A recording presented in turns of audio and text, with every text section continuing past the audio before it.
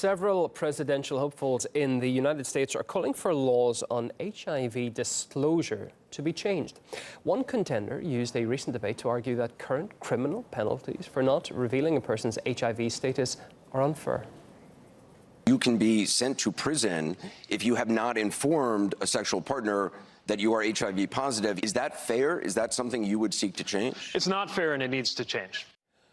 26 states across the U.S. currently have legislation that criminalises HIV exposure, according to the Centre for Disease Control. Even if the virus wasn't transmitted, a person can still go to prison for not revealing their health status.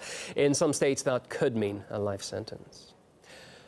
Meanwhile, the UN says that in some cases where treatment is being received, HIV is now untransmittable sexually.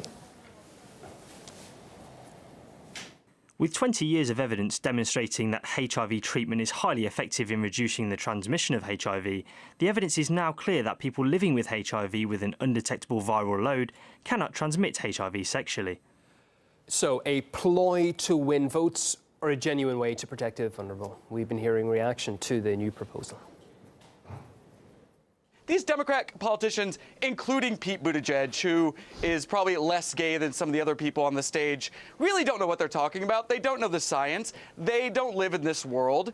And they're just doing it to pander to these groups. It is nearly impossible for someone who is on treatment for HIV to transmit the virus. And there's a lot of research on these matters. Viral loads can spike in between testing. So somebody can be told that they are undetectable. They can have a spike in viral load, and then that makes them able to transmit the disease. I don't think we should have laws for this specifically. I think there are laws in criminal law, in the justice system, that address negligence, that address, manslaughter, that address all the things that, the transmission of HIV, and we don't need specific laws for this. They actually stigmatize huge segments of the population that are in very, very vulnerable positions. I think it starts with the cultural level, and you have a big stigma in certain cultures in America where they don't want to talk about it and they don't want to be educated on it. And that is where you see the numbers growing. And also, but I disagree. I don't think that they don't want to talk about it or they don't want to be educated about it. That's not true. I mean, it is a matter of, we don't need laws specifically to regulate go to the South Bronx. These laws in these 26 states, what they're doing is actually making the conversation more difficult in those communities, not just in the queer community, but in the communities that are mostly affected by HIV, which are primarily racial minorities. If we can't name the community where it's spreading and why it's spreading, and Ramon touched on it, it's black communities, it's Latino communities, it's where homosexuality is a much bigger stigma.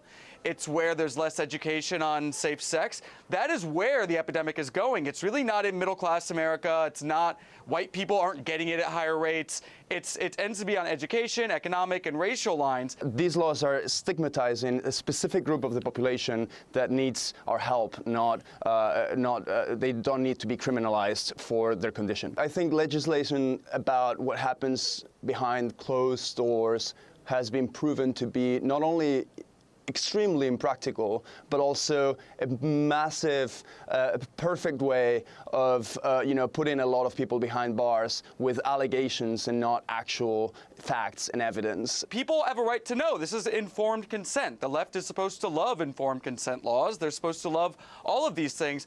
Why would they be tackling this? Or would we rather have a culture where people would say, look, before I go a step further with you, you should just know this about me. And if you have questions, here's the science. I'd rather live in that world.